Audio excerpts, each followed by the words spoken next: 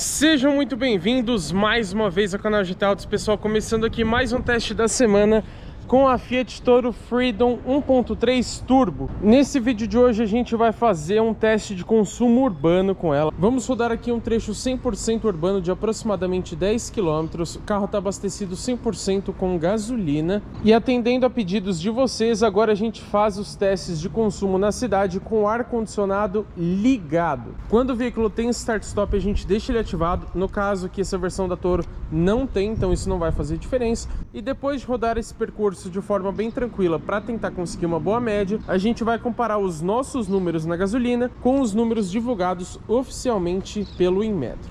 Vamos lá descobrir então se a Fiat Toro Freedom 1.3 Turbo é muito beberrona ou se é econômica rodando na cidade. Bom, pessoal, vamos lá começar então o nosso teste. Só relembrando para vocês, a gente faz agora esse teste de consumo urbano com o ar-condicionado ligado 100% do nosso trajeto. Já até resetei, na verdade, a média de consumo aqui pra gente conferir como que vai ficar lá no final do trajeto.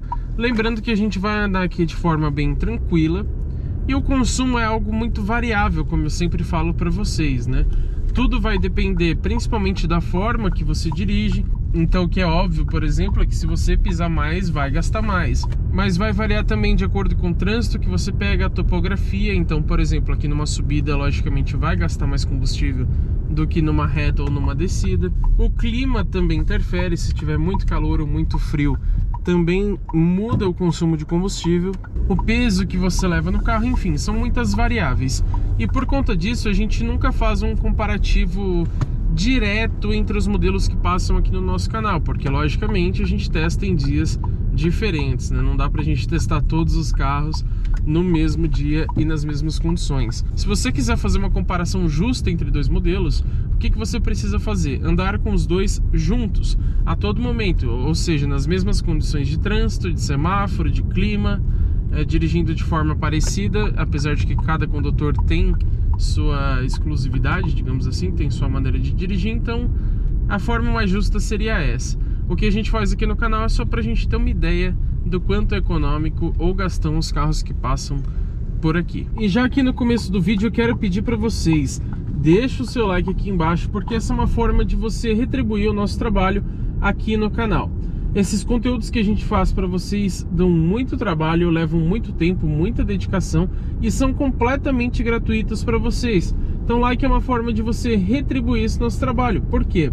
Quando você deixa o seu like aqui embaixo, o YouTube entende que você curtiu o nosso vídeo e te passa a recomendar mais conteúdos do nosso canal para você e também mais do nosso trabalho para outras pessoas. E aí ao longo do vídeo, caso você não goste do nosso trabalho, é só você tirar o seu like. Fechou? Vamos falar de conjunto mecânico. A Toro utiliza nessa versão Freedom, que é a intermediária, motor 1.3 T270, ou seja, turboflex de 4 cilindros em linha, com injeção direta de combustível. Ele rende até 185 cavalos com etanol, 180 com gasolina, que é o nosso caso aqui, e o torque é sempre de 27,5 kgfm com ambos os combustíveis. E o legal desse torque é que ele está disponível em somente 1.750 rotações. O que isso significa? Quer dizer que você não precisa acelerar muito para ter uma boa faixa de torque já entregue pelo motor. Isso ajuda principalmente no desempenho. Então, rodando num trecho urbano, como é o nosso aqui, por exemplo, você sente o carro bem ágil, bem esperto. Talvez, por conta do peso, você não tenha um desempenho excelente em velocidades muito altas. A gente testou isso no vídeo de viagem, que vai ao ar em breve. Então se inscreva no canal para não perder esse vídeo. Mas, ao menos em trechos urbanos assim, você tem uma resposta muito boa da motorização, muito em razão desse torque que chega bem cedo. E a gente precisa lembrar que essa motorização está atrelada à transmissão automática convencional de 6 marchas. E a tração é dianteira nesse caso, mas a Toro tem as versões turbo diesel, que aí trazem tração nas 4 rodas, não é esse caso aqui. E vale lembrar também que esse conjunto mecânico, exatamente igual, ele está disponível em vários modelos da Stellantis, inclusive diversos que já passaram aqui pelo canal, como Renegade, Compass, está também no Pulse Abarth, que foi o último modelo que a gente testou até então, até no Commander, enfim, tem bastante modelos do grupo Stellantis que utilizam esse conjunto. E a questão é, vocês já viram como se sai essa motorização e essa transmissão em outros modelos, mas hoje a gente vai testar na Toro, porque muda peso, muda até mesmo a calibração do conjunto mecânico, tá, pessoal? Quando você coloca de um carro para o outro, não necessariamente é só um Ctrl+C, Ctrl+V. Não é simplesmente tirar e colocar no cofre do outro motor. Você tem todo um retrabalho, você precisa adequar esse conjunto à proposta do modelo. Como eu sempre vou falando de algumas dicas para economizar combustível, eu vou relembrar aqui de alguns fatores. O primeiro deles que eu sempre falo para vocês é, além do óbvio que é não acelerar muito forte, é evitar parar.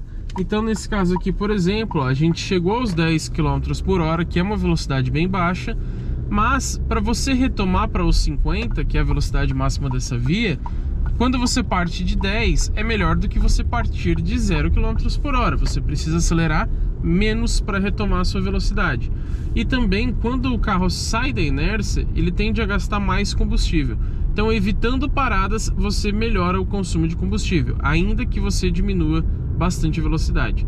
E essa é justamente outra dica. Quando possível, evite diminuir a velocidade à toa, digamos assim, né? Sem necessidade. Aqui, por exemplo, ó, eu sei que o trânsito está parado na frente, eu já comecei a desacelerar desde lá de trás. E ó, provavelmente não precisaremos parar, vamos ver. Estamos aqui, ó, 20 km por hora, muito melhor do que eu acelerar até ali na frente, frear totalmente o carro ou diminuir muito a velocidade e depois ter que acelerar de novo para retomar aos 50, 60, 100, seja lá qual for a velocidade que você quer voltar, né? Aqui, por exemplo, não tem jeito, a gente precisa parar. E um detalhe desse carro que eu senti um pouco de falta, mas as pessoas realmente não se importam muito, em relação ao Start-Stop. Não existe nessa versão 1.3 Turbo. E eu acho que faz falta, a gente vai descobrir no final do percurso quanto que vai ficar essa média de consumo urbana com gasolina, mas com Start-Stop certamente ficaria melhor do que o resultado que a gente vai obter. Porque o Start-Stop é aquele sistema que quando você faz paradas rápidas, ele desliga a motorização momentaneamente. Então, por exemplo, parou num semáforo, vai desligar a motorização e vai ficar desligada por um tempo, geralmente até abrir o semáforo novamente, até você soltar o pé do freio. Como esse carro não tem, o motor continua gastando combustível pelo tempo que você fica ali parado com ele. Ou seja, a média vai caindo, né? Vai gastando mais. E é uma ausência que a gente viu também, por exemplo, no Fiat Pulse Abarth. Não entendi o porquê, já que outros modelos, por exemplo, da Jeep, contam com esse sistema. Talvez por uma questão de economia de manutenção, já que os carros com Start-Stop eles possuem uma bateria diferenciada que é muito mais cara do que a convencional. Então a Fiat, como é uma marca um pouco mais popular, digamos assim, né? Se bem que hoje em dia todas estão absurdamente caras, mas acho que vocês entenderam o que eu quis dizer. Talvez por isso que nos modelos da Fiat equipados com motor 1.3 turbo a gente não encontra o Start-Stop. Rodando sempre aqui de forma bem tranquila, vamos conferir como que está a média parcial.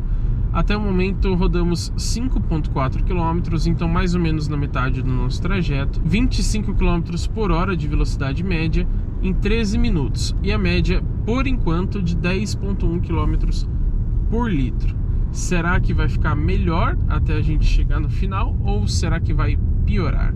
Algo que eu tenho a reclamar desse carro, pessoal, são alguns barulhos de acabamento. O acabamento em si não chega a ser ruim, mas ele é muito simples. Ele é bem montado, você não encontra muitas rebarbas ou peças desalinhadas. Eu achei ele bem bonito, mas tudo plástico duro, né? A gente vai mostrar isso com detalhes na avaliação completa que também sai em breve no canal. Então, se vocês escutarem alguns barulhinhos aqui dentro, saibam que ou é de alguns objetos aqui que estão jogados aqui, minhas bagunças, ou são realmente de peças plásticas fazendo um pouco de barulho. Esse trajeto aqui, quem acompanha o canal já conhece muito bem. Afinal, a gente já testou nesse mesmo percurso modelos como Citroën C3, Jeep Compass, Jeep Renegade, Ram Rampage, Fiat Pulse Abarth, Fiat Strada Range e agora a Fiat Toro. E é lógico que os outros modelos que passarão aqui pelo canal também estarão sujeitos a esse teste de consumo urbano. Seja ele esportivo, sedã, SUV, se ele tem realmente uma proposta econômica ou não, o consumo de combustível é sempre um fator importante. Pode até não ser decisivo na compra em determinadas categorias, mas é sim um fator importante. Então a gente vai sempre falar desse assunto nos testes de uma semana aqui no canal GT Autos. E inclusive, pessoal, se inscreva no canal porque teremos novidades bem legais muito em breve, tá? Tem carro bem legal vindo aí pra gente testar durante uma semana. Vocês vão gostar com certeza. Ó, vamos ver se a gente aproveita esse farol aberto. Conseguimos, não precisamos parar. Vamos ver se esse aqui a gente pega também. Ó, conseguimos mais um. Isso vai ajudando também na média de consumo, né? A gente evita parar, como eu falei, e evita diminuir muito a velocidade também. Se bem que hoje em dia no Brasil é difícil você não diminuir a velocidade com a quantidade de buracos que tem nas rodovias e nas ruas brasileiras, né? Seguindo o nosso trajeto, por enquanto a média se manteve em 10.1. Vamos ver até o final, hein? Comentem aí embaixo o que vocês acham, que vai aumentar essa média, ou seja, vai ficar melhor ou vai cair, vai ficar pior? O meu palpite é que vai descer um pouquinho, e isso por conta do trajeto, já que a gente vai pegar uns trechinhos de subida mais ali pra frente. Como vocês podem ver, pessoal, nesse percurso que a gente faz é um trajeto realmente típico urbano. Então aqui a gente está passando por um centrinho, digamos assim, onde tem bastante carro parado, bastante gente saindo da vaga, tem semáforo, tem um pouquinho de, não exatamente trânsito, né, só em horários específicos, mas você tem bastante tráfego. Então, bastante veículos transitando, né? Aqui começa um trecho de subida, a gente tem que acelerar um pouquinho mais. E algo que eu percebo e passo para vocês é o isolamento acústico. Na cidade até que é bom desse carro, mas quando você pega subidas ou algo nesse sentido, o motor acaba forçando um pouquinho mais e acaba invadindo muito a cabine, na minha opinião, ó.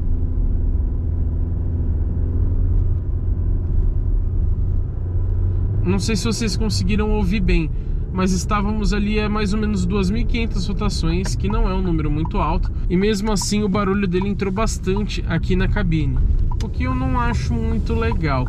Outra coisa legal é que a gente tem aqui uma picape intermediária, então a gente passa praticamente a 30 por hora na lombada, sem problema nenhum. E eu não estou falando para vocês passarem rápido nas lombadas, porque vocês podem danificar o sistema de suspensão, até mesmo os pneus e as rodas, e chega a ser desconfortável dependendo da velocidade que você passa. Mas o legal é que quando você tem um carro mais alto, você passando sem grandes preocupações por valetas e lombadas, você diminui menos a velocidade, e como eu falei anteriormente para vocês, quanto menos você diminui a velocidade rodando aqui na cidade, melhor para o consumo de combustível. Pegando um trecho de subida aqui meio íngreme, então não tem jeito. Aqui, mesmo que eu esteja dosando o pedal como eu estou aqui, eu estou pisando bem pouco, vai gastar mais, né? Não existe milagre. E inclusive até um carro elétrico também gasta mais. A diferença é que ele não tem o combustível fóssil, né? O combustível líquido que a gente tem no caso dos carros a gasolina ou flex, né? Ou até diesel. No caso do elétrico, ele vai consumir mais eletricidade quando você estiver demandando mais do acelerador e, consequentemente, também em aclives. Bom, pessoal, chegando aqui no final, vamos só estacionar para a gente conferir como que ficou a média. Carro totalmente parado, desliguei a motorização, agora nada mais interfere no consumo. Vamos conferir como que ficou a média? Vamos lá, pessoal, belíssimo painel de 7 polegadas aqui. Vamos conferir a média de consumo. Percurso A, que a gente resetou no começo desse teste, rodamos 9,8 km, com velocidade média de 23 km por hora em aproximadamente 25 minutos. O Inmetro diz que ela faz 9,2 por litro na cidade com gasolina, mas a gente fez 9,8. Então, uma média ainda acima do Inmetro. Mas e aí, qual que é a minha opinião sobre essa média de consumo com a Fiat Toro Freedom 1.3 Turbo? Sendo bem sincero com vocês, não me agradou muito, ainda que seja melhor do que a média divulgada pelo Inmetro. E é normal a gente ter uma diferença, porque como eu falei, trajeto muda, a forma de dirigir também, o clima, enfim. Por isso que esse carro aqui foi até mais econômico do que o Fiat Pulse Abarth, que é um modelo bem mais leve. Mas, de novo, tem essas condições. E o Abarth, ele tem uma proposta um pouco mais esportiva, um comportamento mais esportivo do conjunto mecânico, mesmo rodando de forma tranquila. Então são carros, apesar de ter a mesma motorização, mesmo conjunto mecânico, com propostas diferentes. mas ainda assim não achei um consumo legal aqui para Fiat Toro, poderia ser melhor. Eu esperava ali algo na casa de 10,5, 11 km por litro, o que me deixaria bem satisfeito para o porte dela. Lembrando que a gente não está falando de um carro tão caro como a Rampage, por exemplo, então nesse segmento de picape intermediária o consumo ainda importa sim. Ainda é muitas vezes o fator decisivo de compra para quem está pensando em uma picape desse porte. Mas agora que vocês sabem a minha opinião, eu quero saber de vocês. Comenta aí embaixo o que vocês acharam sobre essa média de consumo da Toro Freedom. E claro, deixa o seu like, se inscreva no canal porque teremos muito conteúdo legal com a Toro aqui no canal GT Autos.